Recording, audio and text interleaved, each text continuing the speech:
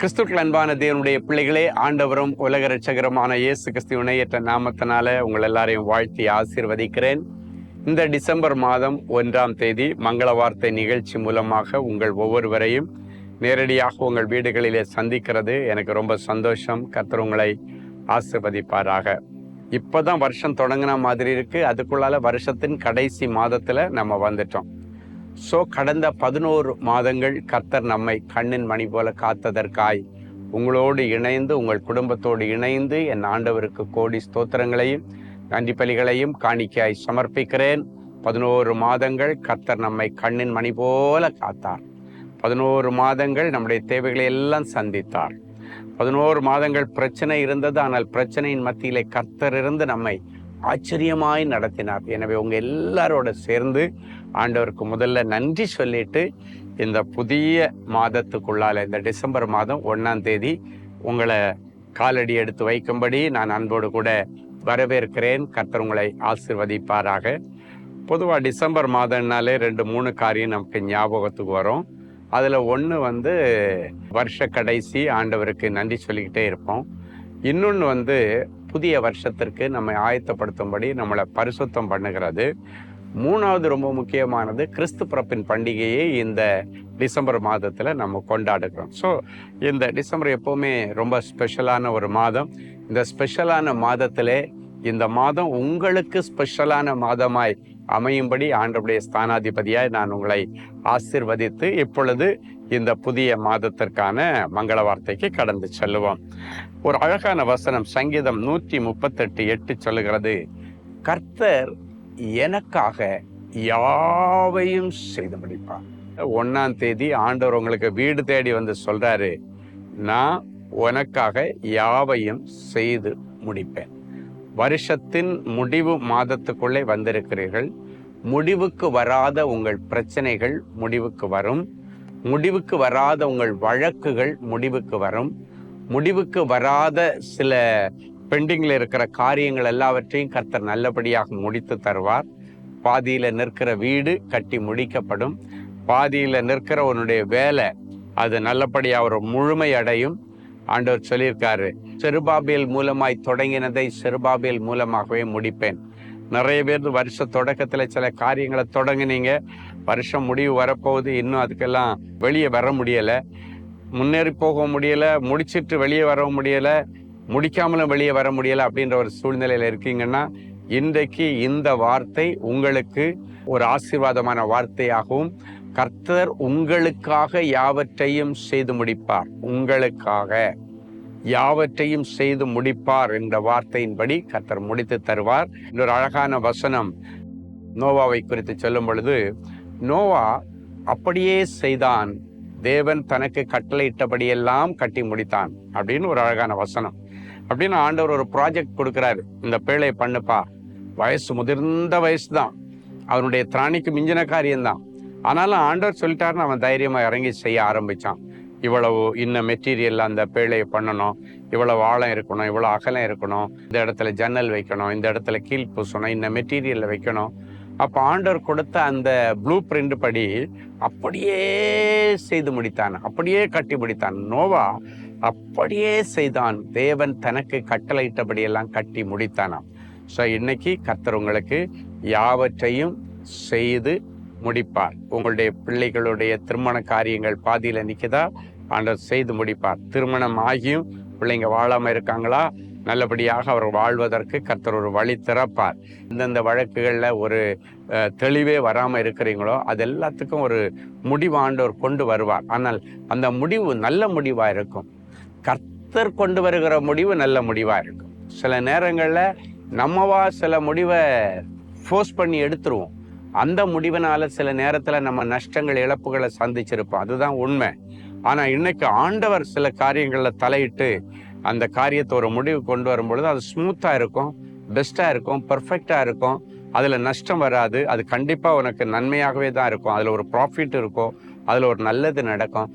இன்னைக்கு என் கூட சேர்ந்து, ஆண்டவரே, என்னுடைய பிரச்சனைகள், என்னுடைய தேவைகள், என்னுடைய சூழ்நிலைகள், என்னுடைய ப்ராஜெக்டுகள், என் குடும்பம் எல்லாத்தையும் இந்த 1ஆம் தேதி உங்கள் சமூகத்தில் நான் ஒப்படைக்கிறேன். ஆண்டவரே, நீங்கள் என் பிள்ளையுடைய லைஃப்பில் என்னெல்லாம் செய்து முடிக்கணும்னு பிளான் பண்ணியிருக்கீங்களோ, 2025 31 எதெல்லாம் செய்து முடிக்கணும்னு பிளான் பண்ணி வச்சிருக்கிறீங்களோ, என் பிள்ளைய உங்க கையில ஒப்படைக்கிறேன்.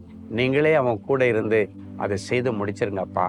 என்னுடைய புருஷனுடைய விஷயத்துல எதெல்லாம் இன்னும் செய்து முடிக்கப்பட வேண்டும், அதுக்கெல்லாம் முடிவு கொண்டு வந்துருங்க. இந்த வியாதிக்கு ஒரு முடிவை கொண்டு வந்துருங்க, இந்த அவமானத்துக்கு ஒரு முடிவை கொண்டு வந்துருங்க, இந்த கடனுக்கு ஒரு முடிவை கொண்டு வந்துருங்க. நிறைய பிள்ளைகள் வருஷ கடைசி நெருங்கி வர்றோம், ஆனாலும் இன்னும் இந்த காரியத்துல ஒரு முடிவு வரலையே அப்படின்னால நீங்க ஃபோர்ஸ் பண்ணி ரொம்ப கண்ணீரோட இருந்தீங்கன்னா, கண்டிப்பா இன்னைக்கு ஆண்டவர் சொல்றாரு, அந்த முடிவு நாள் வர்றதுக்குள்ளால, இந்த மாசம் முடியறதுக்குள்ளால கர்த்தர் அந்த கடன்களை அடைத்து முடிக்க உங்களுக்கு உதவி செய்வார். அது ஆண்டவருக்கு லேசான காரியம். கடந்த வாரத்துல நம்ம பிசினஸ் பீப்புள்ஸ்க்கு ஒரு ஸ்பெஷல் மீட்டிங்ஸ் ஒன்று வச்சிருந்தோம். அந்த மீட்டிங்ஸ்ல அநேக பிள்ளைகள், தேவனுடைய பிள்ளைகள், வியாபாரம் பண்ணுகிறவர்கள் வந்து கலந்து கொண்டார்கள். அந்த பிசினஸ் மீட்டிங் முடிச்சு அடுத்த நாள் காலையில நம்முடைய ஊழியத்தை ரொம்ப நேசிக்கிற ஒரு சகோதரி, போன வருஷம் பிசினஸ் பீப்புள் மீட்டிங்ல அவங்களுக்கு கலந்துக்கும் போது 3 கோடி ரூபாய் கடன் இருந்ததாம். நல்ல கவனிங்க, எவ்வளோ? 3 கோடி ரூபாய் கடன். அப்போ அவங்க என்ன நினைக்கிறாங்க, அந்த டைம்ல ஆண்டவரிடத்துல ஒரு பொருத்தனை பண்றாங்க. ஆண்டவரே, 3 கோடி ரூபாய் கடன் எனக்கு இருக்கு, அடுத்த வருஷம் அப்படின்னா 2024 பிசினஸ் மீட்டிங்ல அவங்க வரும்போது 3 crores கடன், அடுத்த வருஷம் 2025 ஐயா மீட்டிங் நடத்தும் போது அந்த மீட்டிங்க்கு முன்னாடி எனக்கு இந்த 3 கோடி ரூபாய் கடனை அடைச்சு கொடுத்தீங்கன்னா நான் இந்த குறிப்பிட்ட தொகையை ஊழியத்திற்கு நான் ஆஃபரிங்காக கொடுக்குறேன், இந்த 3 கோடி ரூபா அடைச்சி தரணும். 22ஆம் தேதி மீட்டிங், 21ஆம் தேதி வரைக்கும் 2 கோடி அடைஞ்சிருச்சு, இன்னும் 1 கோடி பெண்டிங்கில் இருந்தது. ஆனால் அந்த சகோதரி யோசிச்சுட்டே இருக்காங்க, நாளைக்கு மீட்டிங் வரப்போகுது, அடுத்த மீட்டிங்குள்ளால நீங்கள் முடிச்சு தரணுன்னு நான் பொருத்தனை பண்ணினேன் ஆண்டவரே, அதை நான் நிறைவேற்றணுமே. இன்னும் இந்த 1 கோடி ரூபா ஒரு நாளில் எப்படிங்க 1 கோடி ரூபா அடைய முடியும்? ஆண்டவர் நினைச்சா நடக்கும். திடீர்னு பார்த்தாச்சா அவங்களுடைய ஒரு பழைய கஸ்டமர், ஒரு தம்பி, அவங்கள தேடி வந்து, இப்போ உள்ள ப்ராஜெக்ட்ல இப்போ நீங்கள் கட்டிட்டு இருக்கிறதுல இந்த 2 ஃப்ளாட்டை நானே எடுத்துக்கிறேன், எவ்வளவுன்னு கேட்கும்போது அது 1,36,00,000 என்னமோ சொல்லியிருக்கிறாங்க. உடனடியாக அந்த 1,36,00,000 ரூபாயை 21ஆம் தேதியை பே பண்ணி பாருங்க, 22ஆம் தேதி மீட்டிங். அந்த ஃப்ளாட்டை பொறுத்த வரைக்கும் அந்த விற்கப்பட வேண்டிய 2 ஃப்ளாட்டு இவங்கள்ட்ட ஃப்ரீயா இருக்கு, அது கடனே இல்லை, இவங்களுக்கு இல்லாம தான் இவங்க கட்டிட்டு இருக்காங்க. ஸோ இந்த 2ஐயும் அழகா கட்டி அந்த சகோதரனிடத்துல கொடுக்கணும்னு சொல்லிட்டு அவங்க அந்த பணத்தை கொடுத்து கரெக்டா முந்தின நாள் கடனுக்கு முடிவு. பாருங்க, 1 வருஷமா 2 கோடி அடைஞ்சது, ஒரே நாள்ல 1 கோடி அடைஞ்சது. அதான் நம்ம ஆண்டவர், நீ கையிட்டு செய்கிற காரியத்தை ஆசீர்வதிப்பார். இந்த மீட்டிங் முடிஞ்ச அடுத்த நாள் காலையில அந்த சகோதரி வந்தாங்க, வந்து அவங்களுடைய அந்த பொருத்தனை தொகையை ஊழியத்துக்காக கொடுத்து ஆண்டவருடைய நாமத்தை உயர்த்தினார்கள். எதுக்கு இந்த காரியத்தை சொல்றேன்னா, சில நேரங்கள்ல நீங்க டார்கெட் வச்சு ஜெபிக்கணும், பொருத்தனை பண்ணி ஜெபம் பண்ணுங்க.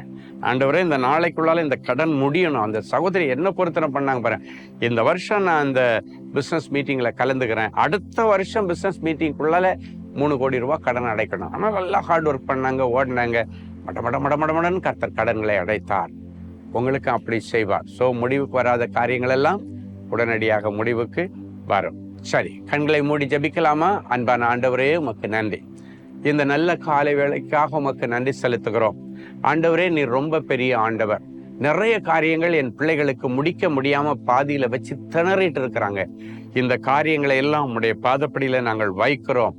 ஆண்டவரே, இந்த காரியங்களை எல்லாம் நீர் பொறுப்பெடுப்பீராக. என் பிள்ளைகளுடைய ஒவ்வொரு காரியமும் எதெல்லாம் முடிக்க முடியல, முடிக்க போராடினவைகள், முடிக்க முயற்சி செய்தவைகள், எதெல்லாம் முடிக்க முடியலையோ அந்த காரியங்களை எல்லாம் நல்லபடியாக நீர் நின்று முடித்து தார். அது சுப காரியங்களா இருக்கலாம், வீடு காரியமா இருக்கலாம், வேலை விஷயமா இருக்கலாம், ஆவிக்குரிய காரியமா இருக்கலாம். அவை எல்லாவற்றையும் என் பிள்ளைகளுக்காக நீர் முடித்து கொடுக்க இந்த 1ஆம் தேதி உம்முடைய பாதப்படியிலே என் பிள்ளைகளோடு இணைந்து உம்முடைய ஊழியக்காரனாய் விழுந்து உம்முடைய பாதத்தை முத்தம் செய்து என் பிள்ளைகளுக்காக நான் செபிக்கிறேன். இந்த மாதம் முழுவதும் என் பிள்ளைகள் முடிக்க முடியாமல் வைத்திருக்கிற அத்தனை பணிகளும் முடிக்கப்படட்டும். முடிக்க முடியாமல் வைத்திருக்கிற ஆண்டவரே அந்த அரியர் பேப்பர் எல்லாவற்றையும் இந்த மாதமே என் பிள்ளைகளுக்கு முடித்து கொடுத்து என் பிள்ளைகளை நீ ஜெயத்தின் பாதையிலே நடத்தும், அற்புதத்தின் பாதையிலே நடத்தும். எதெல்லாம் என் பிள்ளைகளுக்கு அறகுறையில நிக்குதோ அதெல்லாவற்றையும் நிறைவாக்கி தருவீராக. உங்கள் குறைவுகள் எல்லாம் கிறிஸ்து இயேசுக்குள்ளே நிறைவாகும் என்ற வார்த்தையின்படி அற்புதம் நடக்கட்டும். அது மட்டும் இல்லை, சில பிள்ளைகள் இந்த மாசத்துக்குள்ளால எப்படியாவது இந்த வியாதி என்னுடைய சரீரத்தில் இருந்து நீக்கப்படணும், இந்த மாசத்தோட இந்த வியாதிக்கு முடிவு வரணும், இந்த வாரத்தோட முடிவுக்கு வரணும், இந்த ட்ரீட்மெண்டோட இது முடிவுக்கு வரணும், திருப்பி இது வரக்கூடாது, இதுக்கு ஒரு முடிவு கண்டே ஆகணும் என்று சொல்லுகிற அந்த வியாதிகளை எல்லாம் கர்த்தர் இன்றைக்கே முடிவுக்கு கொண்டு வருவீராக. நீ நொடிப்பொழுதிலே செத்து போனவனை உயிரோடு எழுப்புகிற ஆண்டவர், நொடிப்பொழுதிலே ஒரு சுகத்தை கொடுத்து பிள்ளைகளை நீர் கனப்படுத்துகிறதற்காய் உமக்கு நன்றி, உமக்கு நன்றி. இந்த மாதம் முழுவதும் என் பிள்ளைகளுக்கு ஒரு அழகான இனிமையான மாதமாய் அமையட்டும் சுவாமி. இன்றைக்கு பிறந்த நாள் மற்றும் திருமண நாளை நினைவு கூறுகிற பிள்ளைகளை ஒரு விசை கர்த்தர் கண்ணோக்கி பாரும். புகழ்ச்சியிலும் கீர்த்தியிலும் மகிமையிலும் உன்னை சிறந்திருக்கும்படி செய்வேன் என்கிற மங்கள வார்த்தை இந்த வருஷம் முழுவதும் என் பிள்ளைகளுக்கு பலிக்கட்டும்.